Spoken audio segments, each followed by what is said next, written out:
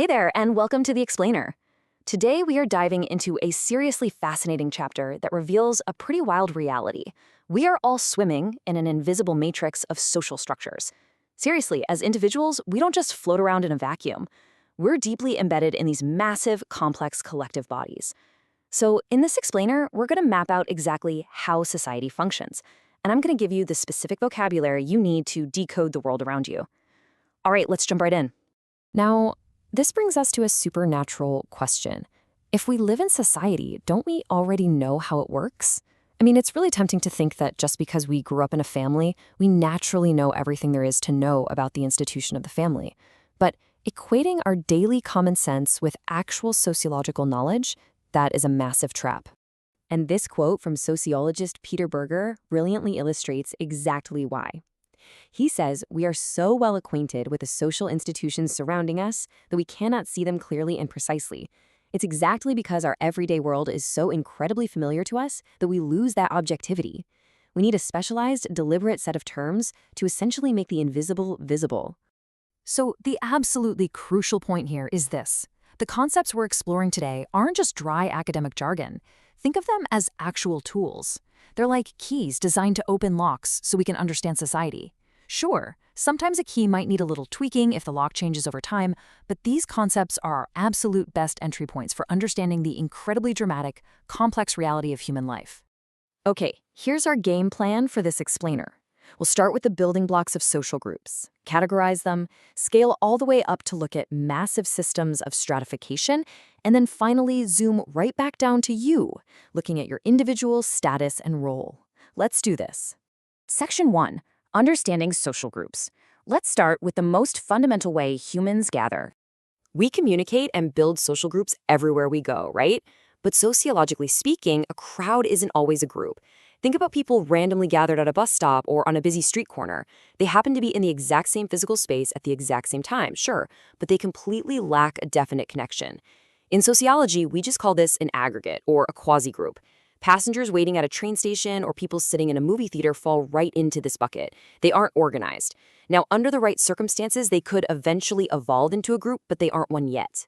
So, what actually turns a random aggregate of people into a true social group? Well, a real social group requires these 6 characteristics. First, persistent interaction that provides continuity. Second, a stable pattern to those interactions. Third, a clear sense of belonging, that we feeling. Fourth, shared interests. Fifth, accepted common norms and values. And finally, a definable structure. That is the strict criteria that upgrades a simple crowd into a cohesive, actual group. Section 2, types of social groups. Now that we know what a group actually is, we need to recognize that different societies form totally different types of collectivities. Let's quickly break these down. First up, we have primary versus secondary groups. Your primary groups are small, deeply personal, and they rely heavily on face-to-face interaction. Think of your family or your absolute closest friends. Secondary groups are pretty much the exact opposite. They're large, formal, very impersonal, and they exist specifically to achieve a certain goal. Your school, a government office, or a massive hospital, those are perfect examples of secondary groups. Now, classical sociologists also noticed a huge historical shift as societies modernized, and that brings us to community versus society, which is sometimes called association. So community represents the more traditional agrarian way of life. We're talking highly personal, enduring relationships where your involvement in the group is almost total. But modern urban life shifted us heavily towards society or association. Here, interactions are way more transitory, a bit more superficial, and based much more on calculated contracts and self-interest, rather than actually getting to know one another on a deep level. Then we have the incredibly powerful psychology of in-groups and out-groups. An in-group is defined by a deep sense of belonging. It's us or we. An out-group, as you can probably guess, is exactly the opposite. It's them. Members of an out-group are the people who do not belong. And unfortunately, as the source points out, they can often face hostile reactions from the in-group. For instance, historically, migrants are often categorized as an outgroup, though it's important to remember these definitions constantly shift over time, depending on the specific social context. And that brings us to our final group concept, the reference group. What's really interesting here is that you don't actually belong to your reference group. Instead, it's the group you look up to and actively aspire to be like. For example, during the colonial period, many middle-class Indians used the British as a reference group, aspiring to dress and dine exactly like them. The source notes a really fascinating detail here, too. This was actually highly gendered. Indian men wanted to emulate British men, but they often preferred Indian women to retain their traditional ways. Moving right along to Section 4, Systems of Stratification. Okay, let's shift gears. We've looked at how groups form on a micro level. Now let's zoom way out and look at the macro level, the hard structural truths about societal inequality. This brings us directly to social stratification. I want you to think of this literally like the geological layers of rock in the Earth's surface. Society consists of strata, or layers, organized in a hierarchy. You've got the more favored at the top and the less privileged at the bottom. And this isn't just some abstract theory. Stratification centrally affects literally every individual's life chances. It dictates opportunities for health, longevity, basic security, and educational success. It's a huge deal. If we look back historically, human societies have primarily utilized 4 basic systems of stratification: slavery, caste, estate, and class. Now, while slavery, the literal ownership of individuals, and feudal estates are largely things of the past, caste and class remain incredibly relevant for us to examine today. So let's draw a really sharp contrast between caste and class. In a traditional caste system, your position is entirely ascribed by birth. There's no changing it. It is a fixed hierarchy that was historically defined by complex concepts of ritual purity and pollution. Class, on the flip side, is defined economically, specifically by your relation to the means of production. Theoretically, a modern class system is structurally open and achievement-based, meaning democratic societies legally allow for mobility from the absolute bottom all the way to the top. But, as we all know, theory and reality often clash. Just listen to this observation by sociologist A.R. Desai regarding urbanization in India.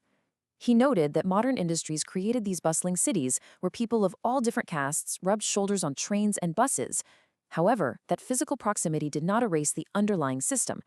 As the text impartially points out, even though democratic assertion has absolutely changed things over time, deeply entrenched discrimination and acute inequalities still persist right alongside modern class structures.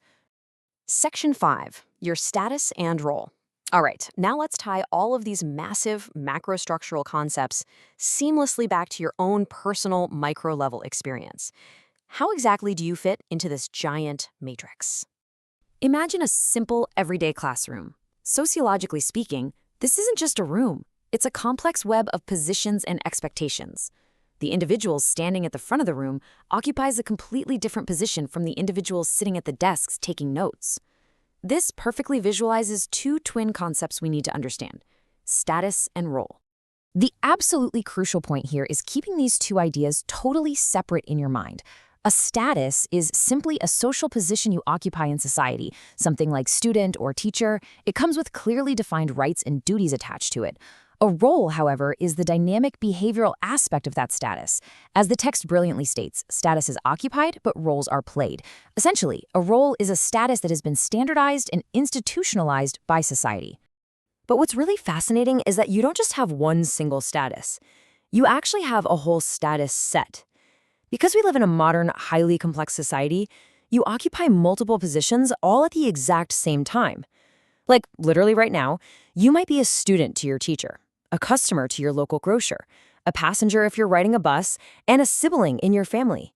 You hold all those statuses simultaneously, and your identity isn't just frozen in time either.